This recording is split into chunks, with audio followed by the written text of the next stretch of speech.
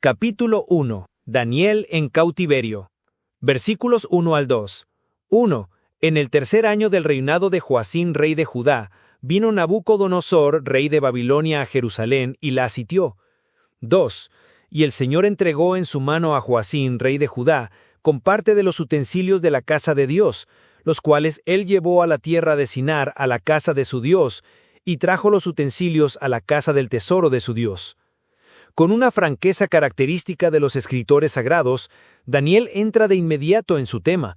Él comienza su libro en el estilo simple e histórico, con la excepción de una porción del capítulo 2, siendo de naturaleza histórica, hasta llegar al séptimo capítulo, cuando la porción profética, más propiamente dicho, comienza.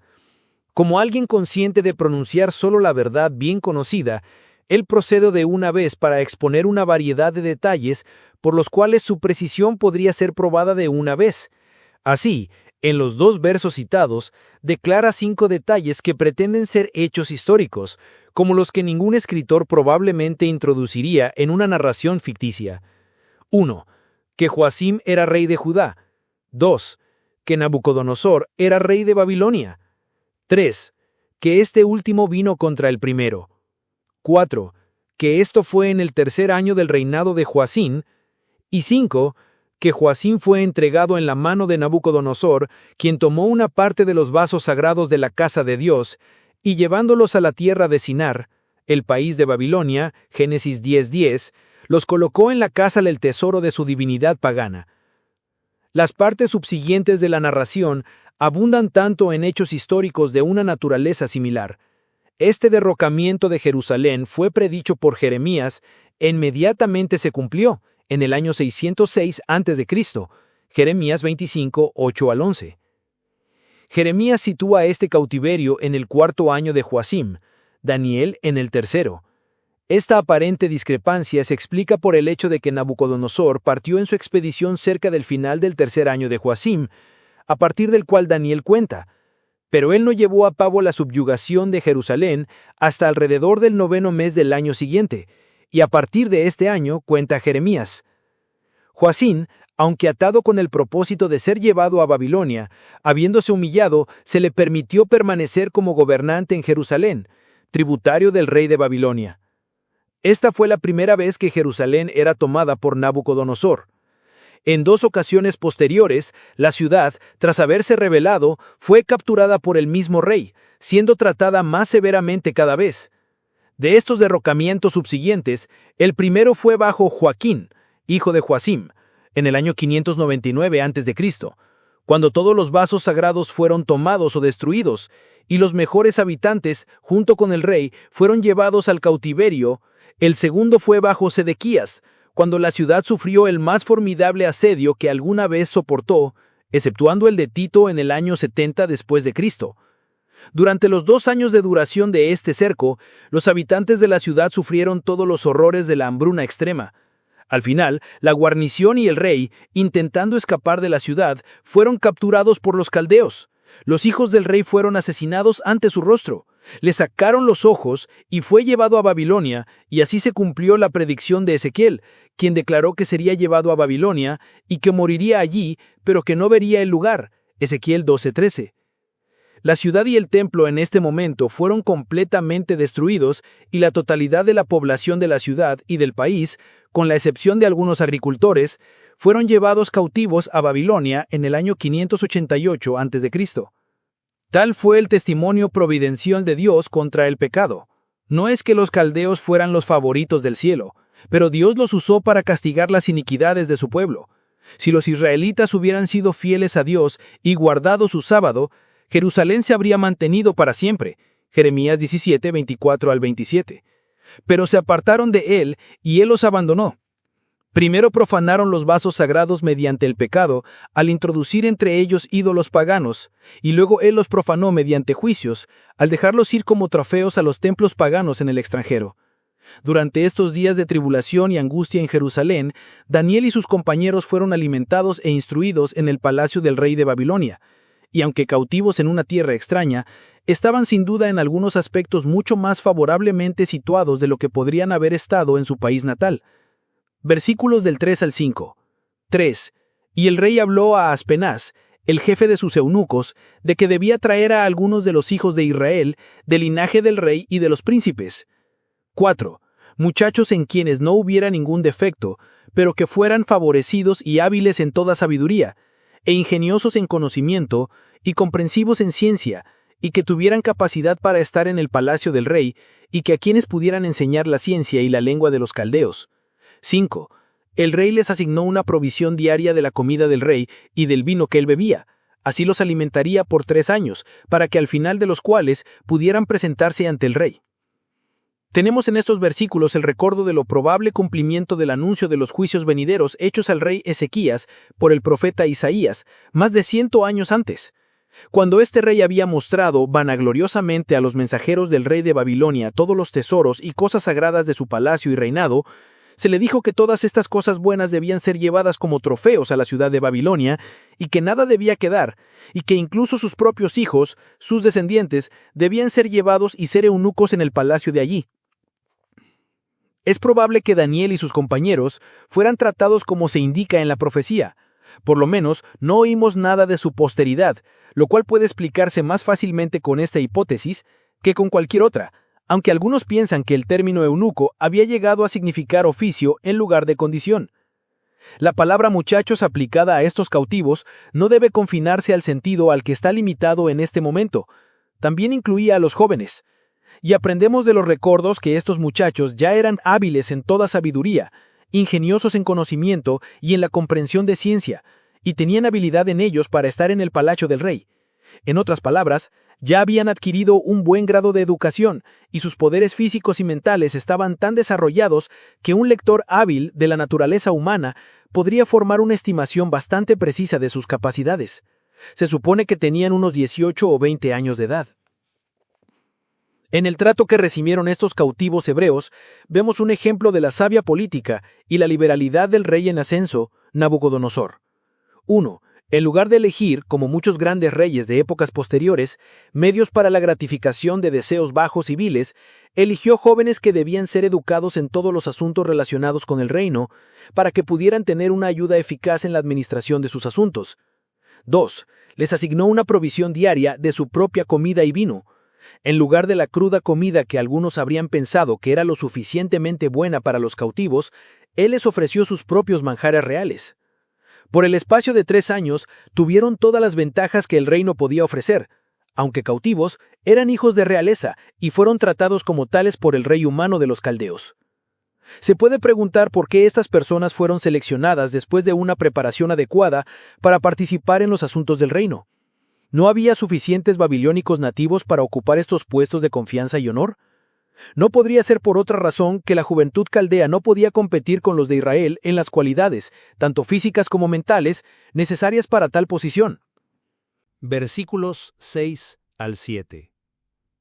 Entre estos estaban los hijos de Judá, Daniel, Ananías, Misael y Azarías, a los cuales el príncipe de los eunucos puso nombres, porque dio a Daniel el nombre de Belsasar, a Ananías el de Sadrac, a Misael el de Mesac, y a Azarías el de Abed-nego.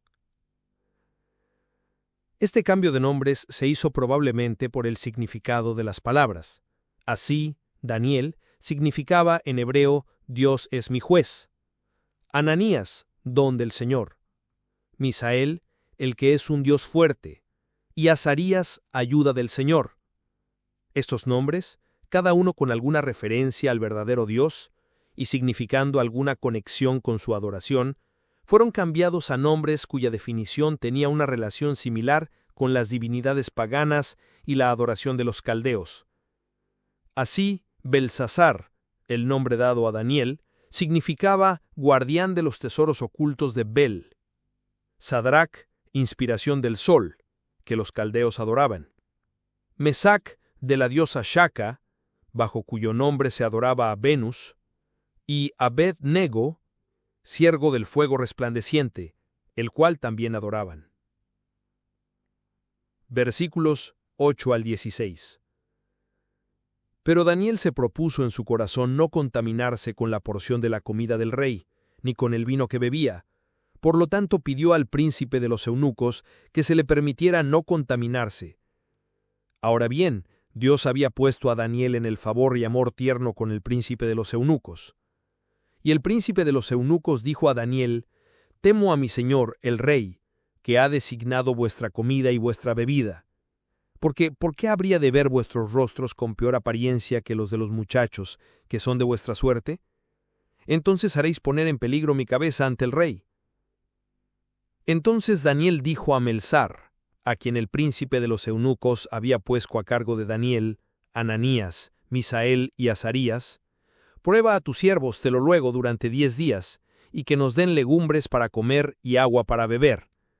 Luego que nuestros rostros sean vistos delante de ti, y el rostro de los muchachos que comen de la porción de la comida del rey, y como veas, trata con tus siervos». Así pues, él les consintió en este asunto, y los probó durante 10 días. Y al cabo de 10 días sus rostros aparecieron más hermosos y más gordos en carne que todos los muchachos que comían de la porción de la comida del rey. Así fue como Melzar les quitó la porción de su comida y el vino que debían beber, y les dio legumbres. Nabucodonosor aparece en este registro maravillosamente libre de intolerancia. Parece que no tomó ninguna medida para obligar a sus cautivos reales a cambiar su religión. Siempre y cuando tuvieran alguna religión, parecía estar satisfecho, ya fuera la religión que él profesaba o no. Y aunque sus nombres habían sido cambiados para significar alguna conexión con el culto pagano, esto pudo haber sido más para evitar el uso de nombres judíos por los caldeos que para indicar algún cambio de sentimiento o práctica por parte de aquellos a quienes se les daban estos nombres. Daniel decidió no contaminarse con la comida del rey, ni con su vino. Daniel tenía otras razones para este proceder que el simple efecto de tal dieta en su sistema físico, aunque obtendría una gran ventaja en este sentido de la comida que se proponía adoptar. Pero era frecuente que la comida utilizada por los reyes y príncipes de las naciones paganas, que a menudo eran los sumos sacerdotes de su religión, fuera primero ofrecida en sacrificio a los ídolos, y el vino que utilizaban se derramara como libación ante ellos. Y de nuevo, parte de la comida de la que hacían uso era declarada impura por la ley judía, y por cualquiera de estos motivos Daniel no podía, en consonancia con su religión, participar de estos artículos. Por lo tanto pidió, no por un temperamento malhumorado o huraño, sino por escrúpulos de conciencia, que no se le obligara a contaminarse. Y respetuosamente hizo conocer su petición al oficial apropiado.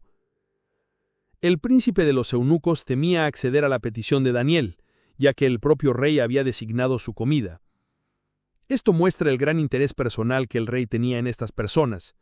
No las puso en manos de sus sirvientes, diciéndoles que cuidaran de ellas de la mejor manera, sin entrar en detalles, sino que él mismo designó su comida y bebida. Y esto fue del modo que se suponía honestamente que sería lo mejor para ellos, ya que el príncipe de los eunucos pensaba que una desviación de esto los haría más empobrecidos en carne y menos rojizos de rostro que aquellos que continuaban con ello, y así sería llevado a rendir cuentas por el descuido o maltrato de ellos, y así perdería su cabeza. Sin embargo, también se entendía muy bien que si mantenían buenas condiciones físicas, el rey no se opondría a los medios utilizados, aunque pudiera ser contrario a su propia indicación expresa. Parece que el objetivo sincero del rey era asegurar en ellos por cualquier medio el mejor desarrollo mental y físico que pudiera alcanzarse. ¿Qué diferente es esto a la intolerancia y la tiranía que normalmente tienen un control supremo sobre los corazones de aquellos que están vestidos de un poder absoluto? En el carácter de Nabucodonosor encontraremos muchas cosas dignas de nuestra más alta admiración. Daniel pidió legumbres y agua para él y sus 4 compañeros. La legumbre es un alimento vegetal de tipo leguminoso, como los guisantes, las judías, etc. Baxter dice, Seraim indica que todas las plantas leguminosas que no se cosechan, sino que se jalan o se arrancan, las cuales, aunque saludables, no estaban naturalmente pensadas para hacerles engordar más que las demás. Tras 10 días de prueba de esta dieta, que resultó favorable, se les permitió continuar con ella durante todo el curso de su entrenamiento para los deberes del palacio. su incremento de peso y mejoramiento de semblante que se produjo durante esos 10 días es difícil de atribuir al resultado natural de la dieta, pues eduardamente produciría efectos tan marcados en tan poco tiempo.